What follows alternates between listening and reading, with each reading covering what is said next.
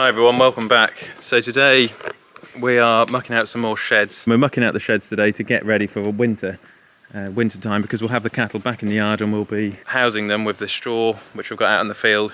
And this is the old shed, one of the sheds where we put the cattle in during the winter. There's some good deep litter muck here. It's also quite a significant shed, this one, because this is the shed which I did one of my first videos on. Which is quite funny really, so it's like I call it the YouTube shed. Yeah, it's got a bit of history to it. it's where I did my first video. A trip down memory lane.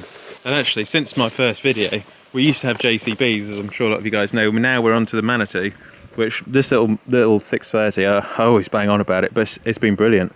I can get it everywhere. I can muck the sheds out, load grain lorries, stack all the bales, feed the cattle with it every day in the winter. Oh, it's a brilliant little thing.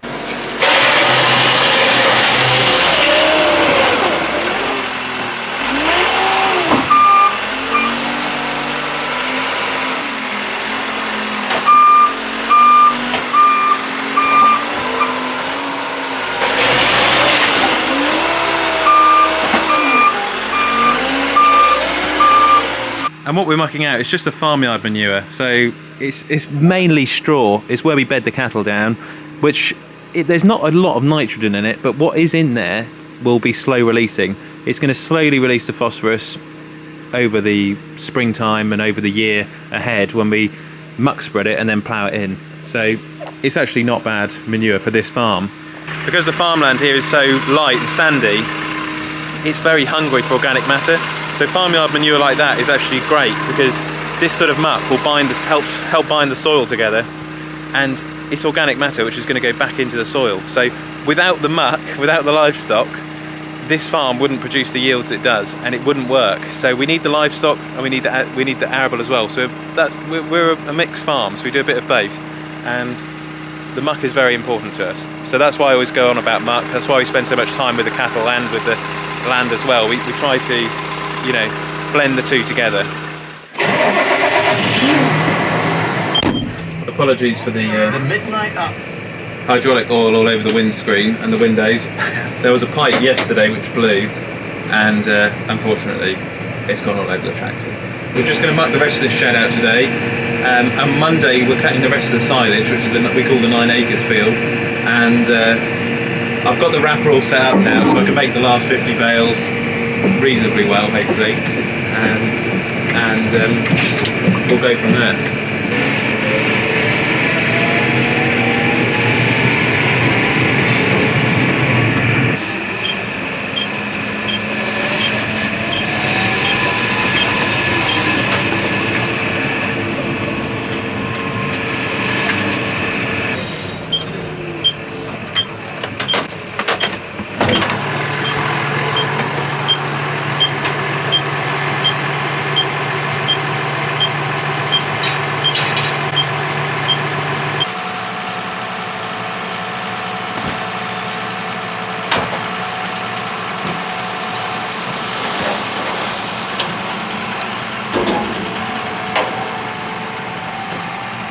I was just back in the yard yesterday. I had a big problem with the trailer, because the hydraulic hose which was on for the twin rams had burst when I was out in the field, and the whole tractor just got soaked in hydraulic oil, and it's just gone everywhere. Even all around the windows, on the bonnet, it's just soaked in hydraulic oil at the moment. So I'll get some of that snow foam stuff and just wash it off. But it's one of those things with an old trailer had been standing for a while, and there was a little notch, I think, in the hydraulic pipe this end, and where the notch was, it blew up and, like I say, just covered the cab in hydraulic oil. Luckily I had the back window shut. If the back window was open, I'd have been covered in oil, cab would have been ruined. So it's just a little lesson there. Always have the back window shut, and the cab will stay dry if anything does explode. So I went down to the local dealership, Hayward's, and they sorted me out with a new line. It's a 4,000 psi hydraulic pressure line, which I've just put in a new one, and I think it will be alright now. The hydraulic pipe will be fine. There's only one hydraulic pipe going down the middle of this trailer anyway. That's why I like dump trailers. They're really simple and easy to operate. It's just one of those things. The pipes go every 10 years. I should have found the notch in it, and I probably should have changed the pipe before we started using the trailer, but that is just farming. These things happen, they break down, and I have to clean the cab off. But no one was hurt or injured, so it could have been a lot worse. But yeah, it's just one of those things. Well, I'm just on the second load now, and I don't know if you can pick it up on camera, but in the back there is the biggest wasp nest I've ever seen in my life. And I just had to have a dash from the telehandler to the tractor cab, and luckily I didn't get stung. But I don't know why the wasps are making their nest in the muck this year. Maybe somebody knows. Leave a comment.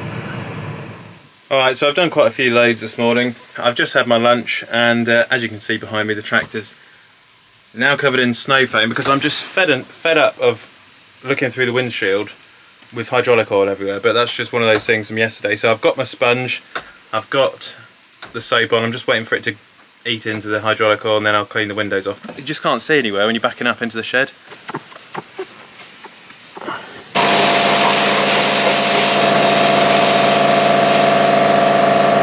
Right, well there we go, finally I can see what I'm doing now. I can actually back up. When it's covered in hydraulic oil, it's not very easy to see where you're going, but yeah, this is alright now.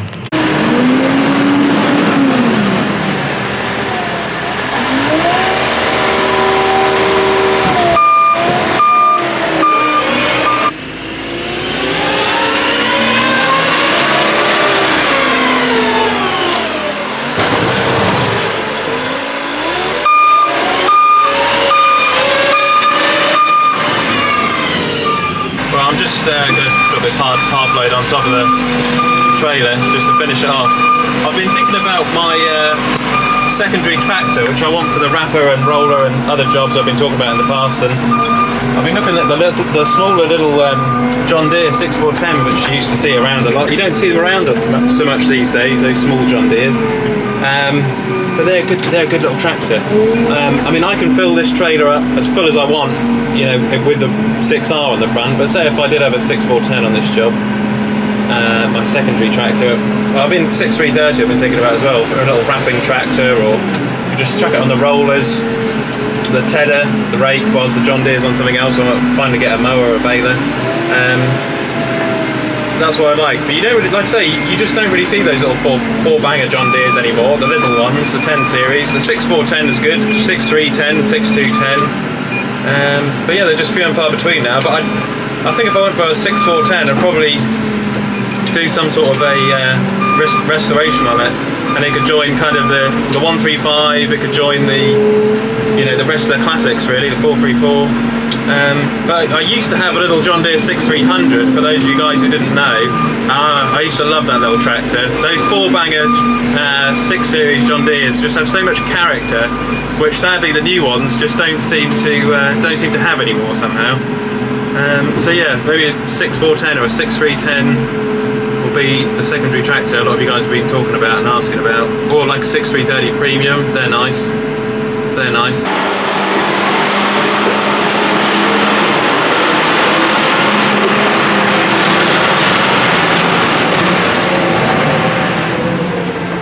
It is comfortable though, this John Deere, and it's lovely when you're on the road, but like I say, I just need a secondary tractor, small yard tractor for sticking on the wrapper and just odd jobs when I've got this doing other things. Because now this could be carting the cattle on sheep back, go to mark, whereas it's busy with the muck carting, but you could always leave it on another machine as well. That's another thing about having a little secondary tractor, just leave it on one job.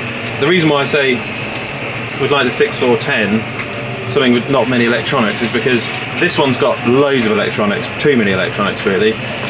So it'd be nice for a secondary tractor if it was just quite simple and easy to fix, something I could just get a local mechanic from down the road to come and fix if it went wrong. Whereas if this tractor has a software update or anything which went wrong with it, it has to go to the dealership, and say if the dealership's shut because of COVID or something, you just never know nowadays, do you? So I don't know, we'll have like a modern and a modern classic. That's probably what we'll do.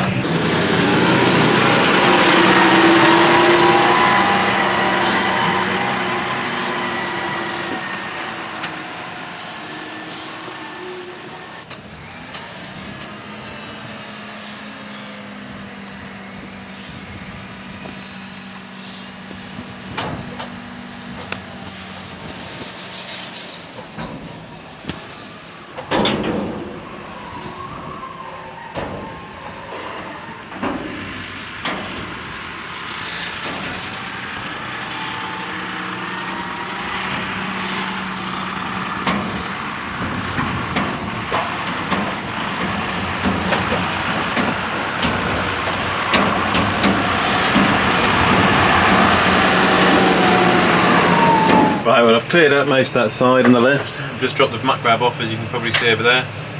And then just over that side, I've just got the bucket on because we're just going to do another alley that side. This is a shed where I had some of the heifers in here this year, the Belgian blue heifers, where we were feeding them.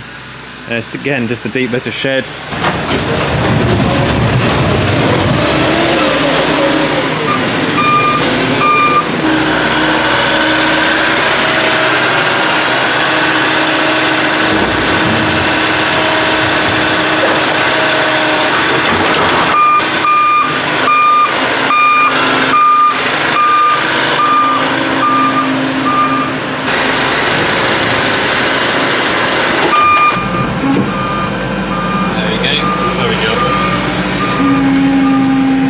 The rest of the shed out tomorrow, and then we'll make the silage. Thanks very much for watching today's video. I'll give you an update on the 135 soon and the classic tractors, and keep an eye out for some upcoming content. Thanks for watching, and I'll catch you on the next one.